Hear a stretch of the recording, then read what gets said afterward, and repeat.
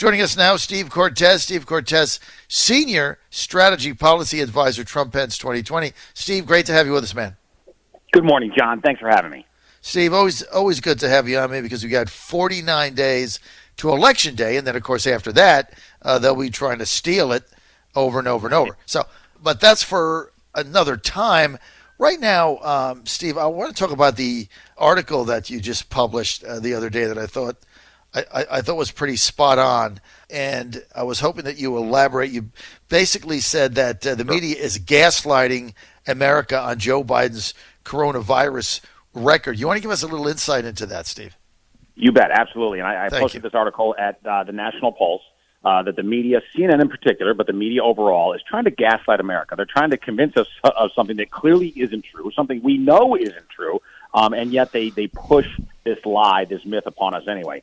And the myth is now, because I think Joe Biden realizes that he has a problem, because he harshly criticized Donald Trump's early decisive actions all the way back to the end of January regarding coronavirus. Here's the reality. I know you mentioned the Woodward book and what a sham, myth that book is. The idea that Donald Trump wasn't taking action, that he was ignoring the coronavirus, simply isn't true. That the facts are January 31st, he put the travel ban on regarding China, to the howls of condemnation from corporate media and Democrats, including Joe Biden, who that very day was campaigning in Iowa, and he referred to the travel ban as, quote, xenophobic. That wasn't the only time he did it. He said it several more times. In my article, I cite 2 more times when he called his travel ban xenophobic. However, on Sunday, Jake Tapper of CNN was interviewing Peter Navarro, White House economic advisor, talking about coronavirus response, and Navarro pointed that out. He said, by the way, these were called xenophobic. And Tapper said, I'm going to fact-check you. That didn't happen. And so he was supposedly, I put it in air quotes, fact-checking. Well, he wasn't fact-checking. So when I looked into it, I actually found out that Jake Tapper of CNN has been doing this for months. He's been trying to provide cover on this issue. He wrote an article all the way back in April about Joe Biden, where he claims that Joe Biden never said what Joe Biden, in fact, did say and said repeatedly. So in my article, I give the links, the citations. We have to do what the liberals don't do. Let's give the actual evidence. Let's provide the transcript. Let's give an unedited version of what was said. And I do that in my article. I know you do it on the air. Obviously, we give the receipts and the proof, unlike the lying liberals. And in this case, it's important because, look, let's face it, I think the Democrats, all they really have left in terms of an issue in this campaign is to try to say that Donald Trump fumbled, that he mishandled the coronavirus. They don't have much else to talk about, let's face it. And so the media is desperate to provide cover for them on that issue. But the reality is, while our commander-in-chief was making really, really tough decisions, banning travel from China, eventually banning travel from Europe as well, eventually, effectively, John, sealing off the United States borders, something that hadn't been done in this country since 9/11. Making the hard decisions that a commander has to make, and by the way, making them in the fog of war, where a lot of information was coming at him, a lot of it disparate, some of it contradictory. We know that from the experts in the field, whether it's the doctors and scientists or the economists.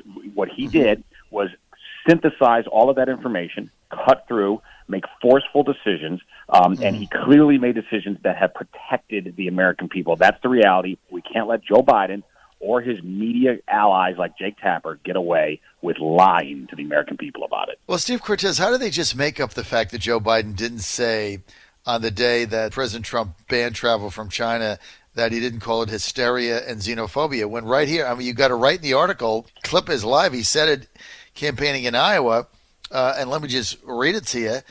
He said, in moments like this is in January, Joe Biden in Iowa, this is where the credibility of a president is most needed as he explains what we should and should not do. This is no time for Donald Trump's record of hysteria, xenophobia, hysterical xenophobia, and fear-mongering to lead the way instead of science. So, right. How could they dispute that? I know. No rational person could. Here's the sophistry that they try to use to explain it away. They try to say that he was talking about general xenophobia, that Donald Trump just has an overarching philosophy of xenophobia. That's ridiculous. The news of the day clearly was the China travel ban. It was the news for weeks, if you remember. I mean, it absolutely dominated headlines. It was literally announced hours before that Joe Biden appearance, he was talking about that very issue.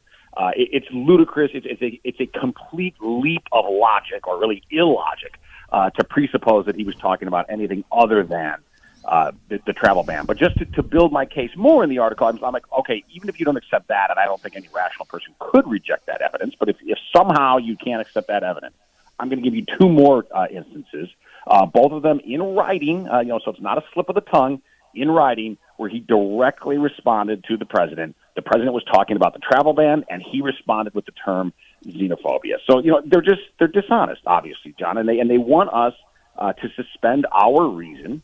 They want us to, and that's why I say they're gaslighting us. They want us to believe things that we know are not true. And it's not going to work, but we have to hold them to account. And here's the thing. People like Jake Tapper, he positions himself as a journalist. No, he's not a journalist. He's an activist who is masquerading as a journalist. But we have to pull off that mask and show who he really is. And that's also what I point out in the article, that these people there's nothing wrong with activists, by the way. I'm an activist, okay? But I am transparent about it. Right. They are not. And I'm saying that they really should, people like Tapper and a lot of his colleagues at CNN and the other legacy news platforms out there, both print and broadcast, they should get honest and say who they are and what they're doing. And a lot of them, honestly, belong working for the Biden campaign rather than working for AT&T. Well, they do work. CNN. They do work for the Biden campaign, Steve. That's the problem. Sure. It's not like they should be. They all do work for the Biden campaign. I mean, Stephanopoulos, Tapper, every one of these people, including Chris Wallace, it seems, on Fox News Sunday, they all work for the Biden campaign. They run interference. They're his offensive line. They play defense. There's two cornerbacks. I mean, it's asinine, the nonsense that's coming out of them every day. There's no credibility there, Steve, whatsoever. And to even try to defend Biden on this, saying, well, he didn't mean ban the travel. Well, then if he didn't mean it, he would have said, well, the president made the right decision. He never said that, right? Right. He blasted the decision, called it hysterical and xenophobia. Where in any of these statements does he say the president is doing the right thing? And in fact, he could have said, we should probably ban other countries as well, ban all travel. He didn't say that either. Right.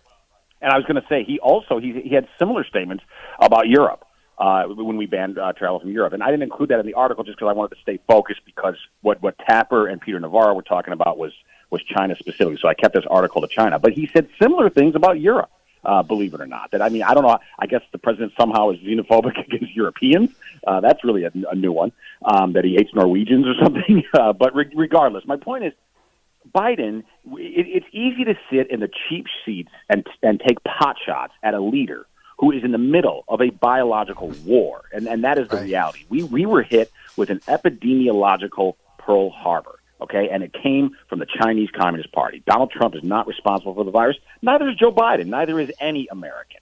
The Chinese Communist Party are the only people on earth who are responsible for this tragedy. It could have been averted. It very likely could have been completely contained to Wuhan. If that wasn't possible, if they were being transparent with the world, if they were being honest, we at the least would have been far better prepared to deal with it early. We would have known far more about the scientific basis of it. Instead, they lied, they obfuscated, they deceived, and they knowingly infected the world. I think that's such a critical point, John, and I'm not even talking about whether or not it was manufactured. We don't know those details. We will someday, I'm sure. Regardless of how it emanated, what we do know is that the Chinese, very early on, at least in December, if not earlier, they knew that they had human-to-human transmission in Wuhan. They sealed off Wuhan from the rest of China. They protected Beijing. They protected Shanghai. They did not protect the rest of the world. They allowed tens of thousands, hundreds of thousands, actually, of citizens of Wuhan to travel all over the world, to Milan, to New York, everywhere. And they knowingly infected the world, ended up crashing the global economy. CCP has to pay a price for that. And by the way, if you think that Joe Biden is capable of taking on Beijing, then you're willing to believe just about anything. That the only American leader really ever who has been clear-eyed and tough enough to confront the Chinese Communist Party is Donald Trump. And that is just another reason that it's imperative that we reelect him in now just 7 weeks. John Fredericks Radio Network, Trucking the Truth Across America with Steve Cortes, Senior Strategic Advisor, Trump Pence 2020, had his own radio show, TV. He's been on CNN, part of the CNN No Longer There group. Of course, he didn't get fired. We did. So he's not really in our club, but we like him enough where maybe he can get an associate membership. It's a very exclusive club. It's me, right. it's Jeffrey Lord. It's hey, I wasn't fired, Jack but I was Kingston. Benched. All right, so here's my application for admission. You got benched. See, we got fired. You got benched. That's a big difference. I was benched. I mean, okay, but I'm just saying, it's not like they treated me well. All right, we didn't. You know what I mean? We didn't leave with kisses. Okay, so I want in your stinking club. we got to have a meeting. We got a meeting coming up. We have a meeting every quarter. It's chaired by Jeff Lord. he was the first to getting fired, and Jack Kingston and I are the vice chairs of it. But Jason Miller's in it, but now he's kind of a bigwig. Steve, he's not accessible. Well, he's right down the hall from me here. I'm at Trump headquarters in Arlington, Virginia, and he's right down the hall. So yeah, maybe he and I will start our own club, or we'll start it. We'll see. We'll give you an associate membership. Listen, there's so much talk now, and it's becoming real. I mean, this has almost gone from a novel that you would write or like kind of a comic book thing to this is going to be real, where now we got a lot of people coming on a show with this voter integrity, I keep saying that, transition integrity project that the Democrats have started, saying that on election night, Trump is going to amass the significant lead because a lot of surveys are showing that up to 65% of Democrats are going to vote via mail. All of that mail, obviously those votes, legit or not, cannot get counted on November 3rd. Some of the early ones will, but there'll be millions and millions of ballots in every state out there that are not counted. So Trump has a big lead. Nobody calls it. Then the votes start trickling in. Then they're challenged. Then they find boxes. I mean, Steve, we've gone through all this, right? And the Biden camp has a whole war room of lawyers set up to be able to steal the election. In reality, as a senior official in the Trump campaign, is this a real scenario, or is it just fodder? Right. No, it is very real. Excuse me. It is very real. We're taking it extremely seriously here at the campaign. And let me give you a couple scenarios. Let me first give you the optimistic one, and then let me give you the more problematic one. Optimistically, I do think that there is a chance that we win big, and we can put a lot of this nonsense to bed. And what I mean by that is we win every state we won last time, plus we add new states, Minnesota, New Mexico, Nevada, New Hampshire. If we do that, we will run up the score so big that they will be unable, with any even inkling of credibility, to try to steal the vote and to try to delay things. And also, thankfully, when we look at the battleground states, the only battleground state that's doing mass universal vote by mail is Nevada. Now, Nevada absolutely could matter, and it's terrible that they're doing that, but thankfully the other battleground states are not doing universal vote by mail. They're still going to have a lot of mail-in voting, legitimate mail-in voting, we hope, absentee balloting, of course. Right. But that's the optimistic case, and that's why I want to exhort your audience, let's get out there and not just win, let's win big. But we obviously have to prepare. We have to hope for the best, prepare for the worst. And here's the worst scenario, which is a not unlikely scenario.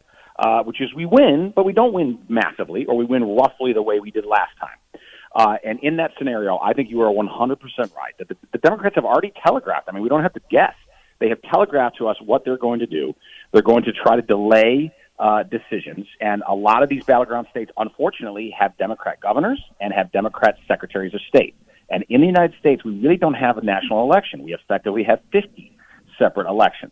And so, because of that, it is absolutely worrisome that a lot of these vote tallies will not be certified in states that really matter, that I think are going to go our way, but states that are controlled by Democrats, places like Pennsylvania, Wisconsin, and Michigan, Minnesota as well, basically the whole upper Midwest.